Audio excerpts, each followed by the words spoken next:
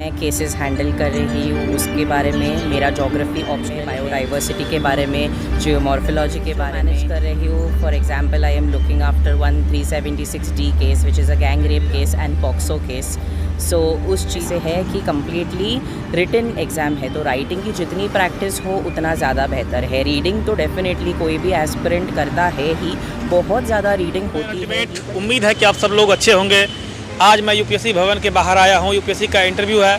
जो भी कैंडिडेट आएंगे उससे हम बातचीत करने वाले हैं. क्या कैसा एग्जाम रहा, कैसे क्वेश्चन का लेवल था, सब कुछ पे बात करने वाले थे. आप लोग नया है चैनल को सब्सक्राइब जरूर कर ले, क्योंकि मैं आप लोगों के लिए आता हूँ यहाँ पे इतनी मेहनत कर. They are a bit strict but I was pretty confident this time. Last year जितनी confident नहीं थी, इस बार I was pretty confident about it. कितनी देर आपकी इंटरव्यू चली? Approximate 35 minutes. अपना नाम और एजुकेशनल बैकग्राउंड? रुचिका अरुण घाग. मैं एक क्रिमिनल लॉयर हूँ. आई एम फ्रॉम बॉम्बे, मुंबई. अच्छा मैम, कौन सा अटेम्प्ट था आपका या? 4th attempt. आज क्या क्या प्रश्न पूछा गया? बेसिकली जो मैं केसेस हैंडल कर रही हूँ उसके बारे में, मेरा जोग्राफी ऑप्शनल है उस चीज़ के बारे में, बायोडाइवर्सिटी के बारे में, जियोमॉर्फोलॉजी के बारे में, एंड केसेस जो मैनेज कर रही हूँ. For example I am looking after 1376D case which is a gang rape case and POCSO case. So उस चीज़ के से रिलेटेड पूछा, उस चीज़ के रिलेटेड जजमेंट्स वगैरह पूछे, रीसेंट जजमेंट्स जो पास किए हैं सुप्रीम कोर्ट ने, उन चीज़ों के बारे में सब पूछा. Apart from that I am a national level athlete in athletics. 400 और 400 हर्डल्स मेरे इवेंट थे. लास्ट 4 years बैक मैंने एथलेटिक्स क्विट किया है just because I wanted to study pretty well for UPSC. So उस चीज़ के बारे में वगैरह पूछा कि वो क्यों क्विट किया. एंड सेकेंडली अनदर बैकग्राउंड, मतलब मेरा फर्स्ट ग्रेजुएशन है बैचलर इन फाइनेंशियल मार्केट्स, तो स्टॉक एक्सचेंज के बारे में पूछा. About the Nifty rate, about the कौन से शेयर्स में सपोजिंग आप इन्वेस्ट करना चाहते हो तो कौन से शेयर्स में इन्वेस्ट कर सकते हो, उससे रिलेटेड पूछा. That's all. मेंस की आंसर राइटिंग की तैयारी कैसे किया था? मेंस की तैयारी व्हाट आई फील इज़, जितना आप जनरली कोई भी क्लासेस आप जॉइंट वगैरह करते हो, सो आपका बेस क्लियर कर देते हैं. बट बेसिकली मेंस की तैयारी बस इतनी हो जाती है, you have to write and write and write. For example ऐसे हो या कोई भी आंसर्स वगैरह हो, राइटिंग प्रैक्टिस जितनी हो उतनी ज़्यादा सही है.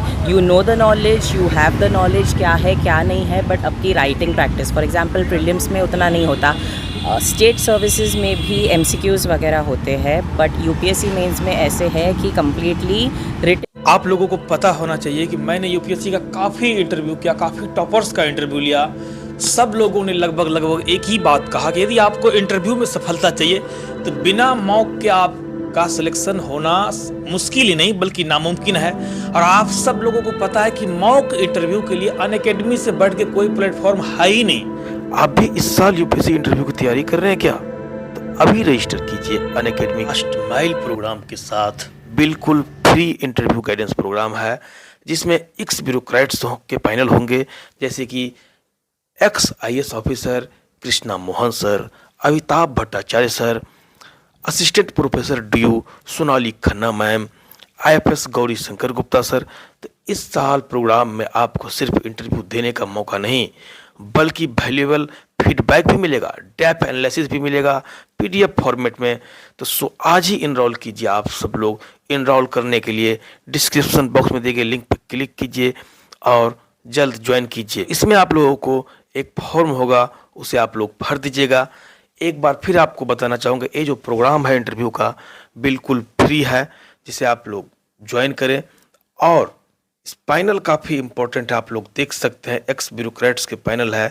तो जल्द आप लोग ज्वाइन कीजिए, बाकी अंत तक बने रहे. रिटन एग्ज़ाम है, तो राइटिंग की जितनी प्रैक्टिस हो उतना ज़्यादा बेहतर है. रीडिंग तो डेफिनेटली कोई भी एस्पिरेंट करता है ही, बहुत ज़्यादा रीडिंग होती है ही, बट जितनी मेंस के लिए राइटिंग प्रैक्टिस हो उतनी ज़्यादा बेहतर है. ऐसे नहीं है, इट इज़ नॉट एकेडमिक्स की you can write pages and pages, you have to be specific about it. That's all. Ma'am, optional का चयन कैसे करना चाहिए, कैसे करना चाहिए? ऑप्शनल कैसे सिलेक्ट करना चाहिए? ओके, फर्स्टली जो आई फील जिसके नोट्स अवेलेबल हो which is obviously the first criteria is कि जो आपको कंफर्टेबल हो.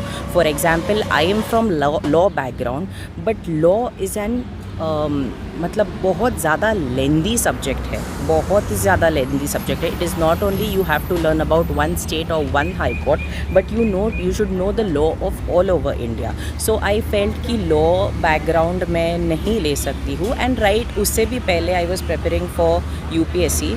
तो ऐसे था कि geography I found very interesting, even though I wasn't from an arts background, I was from a commerce background, finance background, and then I took over law.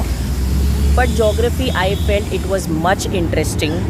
अपनी अपनी पसंद पे बेसिकली डिपेंड करता है. बट मेन क्राइटेरिया ये है कि आई feel कि जिसके नोट्स अवेलेबल हो and you can cover those notes and interesting subject हो, I feel that you should take. Ma'am prelims के लिए कुछ स्ट्रेटजी बता दीजिए, आप यहाँ तक पहुँची हो. प्रीलिम्स के लिए बेसिकली सीसैट की बहुत ज़्यादा प्रैक्टिस करो, बहुत ज़्यादा, एंड नेगेटिव मार्क्स से बचो.